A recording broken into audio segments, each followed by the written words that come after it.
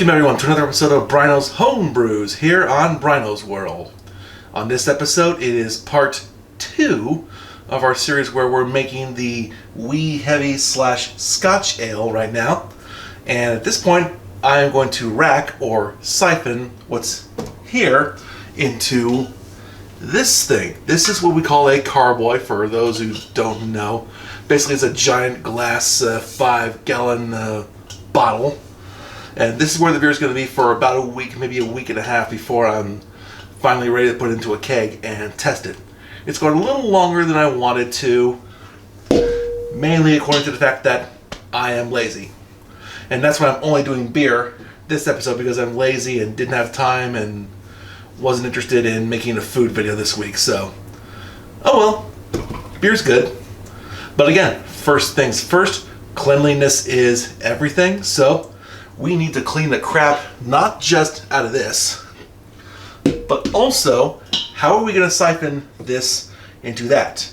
We're going to use these things right here. This is a racking cane, this is a racking tube. Basically, you jam this into that. This goes in there, put a little water or something into here, on this end of the tube. Doink goes into the carboy, and the water siphons, or the beer siphons, from here to that. But everything that the beer touches has to be crystal clean, so I'm going to show you how I accomplish that. First things first, let's get this bucket out of the way. That's heavy. And to put our cleaning solution, I'm going to use this little gallon jug. I have just a little bit of oxygen cleaner left. I think there's enough to fill like a 1-gallon batch of cleaner in here. This is where I'm going to put the initial substance. So let's do that. While that's warming up, spoonful of oxygen cleaner into jug.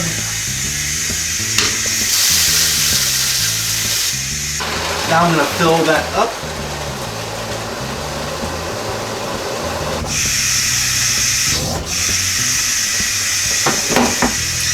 And give it a good shake, mix it all up. This is hot water, so which I find clean stuff and just dries up easier.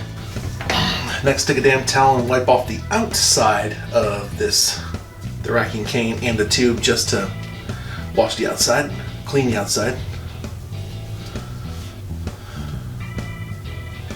Just cleaning the outside now, because we're going to clean the inside using this stuff. Alright, now to assemble the racking device. Unscrew the lid on the OxyClean solution. That's in there. And now we're going to clean out the tubes, the racking tube, by siphoning this OxyClean into the carboy. Start that off with a little bit of hot water. I reckon that'll do. So now siphon. Now because this is kind of light and a low center of gravity, this could topple over, so I'm going to hold this in place until it's done. And because this is just 1 gallon, this will go by relatively quickly. It's already halfway done. Okay, racking tube and cane are clean. So now, shake it up and clean the carboy.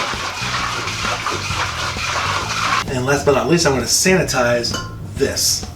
I'm going to sanitize this and not the racking cane, because the beer's going to stay in here for at least a week, maybe a week and a half. Alright, Star San.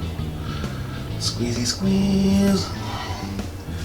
Dump a tiny bit in there.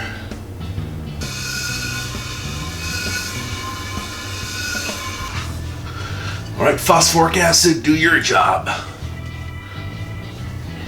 Alright, 1 clean and sanitized carboy. There's a teeny bit of foam there, but I think that'll be fine. So now, let's put this beer into that. And at the same time, I'm going to fill up this test tube and get another gravity reading to monitor the progress of the beer. First things first, we pop the lid. Yeah, ooh. Oh, that smells like... Oh, that's That's potent. That smells very potent. Actually, take a look at that right now. That is dark. And I remember last time it was sweet. We'll have a tasting as soon as it's done doing its stuff. Okay, racking tube into the brew bucket. Cold water from the filter into the tube because this is part of the beer. We want it to be as high quality as possible. I reckon that's enough. So now, get the test tube ready to get the reading. Don't want to do it too soon. And 3, 2, 1. And we got. Oh no, that's. Or is it? I think I might be getting some junk in there, and I don't really like that. But I'll just wait until it gets to a good stream. I got some yeasty crap in there, but you know what? I'll get that out when I siphon it into the keg. Let's get a gravity reading, which you probably won't be able to see on camera. So the idea of doing this is to leave all the yeasties, maybe some hoppy sediment on the bottom, but I think I got some in the tube, but hopefully not too much. Plus also consider that I left this in for 2.5 weeks instead of about maybe the usual 1.5 or 1 week that I've done before. But I also usually do 2 weeks for high gravity beers like this, so. Anyway, this looks pretty dark.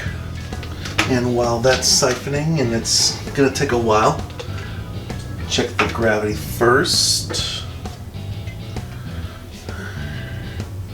No bubbles, so we can get a clear reading. Yeah, lay it on a table so we can get a clear reading. 1.032, I'll call it. Next we get the temperature. 68.1 degrees Fahrenheit, 20.1 degrees Celsius. And so adjusted for temperature, the gravity is 1.033, which by my calculation means the gravity of the beer right now is at 10.4%. If that sounds the same as last week, because I did, but I think I miscalculated it.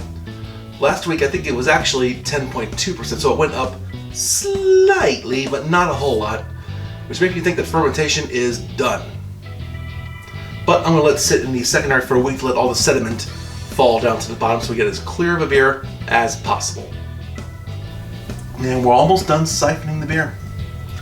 So I'm going to taste that as soon as I'm done with all this, which should be pretty soon. The stuff down here is looking pretty murky now, so I just yanked it out and just ended it right there. It's a little earlier than I usually would, but I think there's a lot of yeast stuff since I started with a starter. And plus, again, there was a lot of sugar, so there's a lot of action going on. So it's probably for the best just to have as clear of a beer as possible. So anyway, I'm gonna put this off to the side.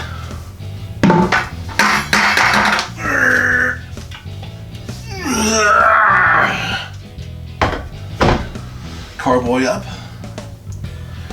Airlock on. And the beer is in our secondary, ready to go for a week and a half. And let me check. There is some sediment at the bottom, but nothing that's unexpected. So now, how does this taste after 2.5 weeks? Cheers.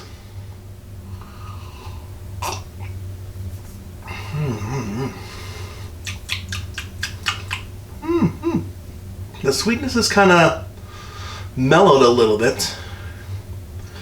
I'm curious how this would taste when it's carbonated and cold.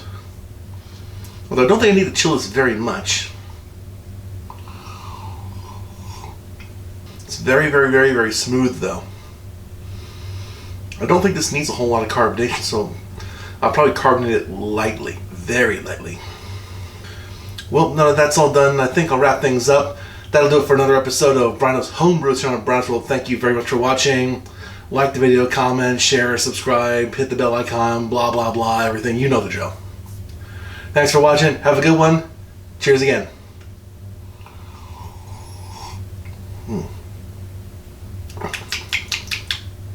I have a feeling I'll like this.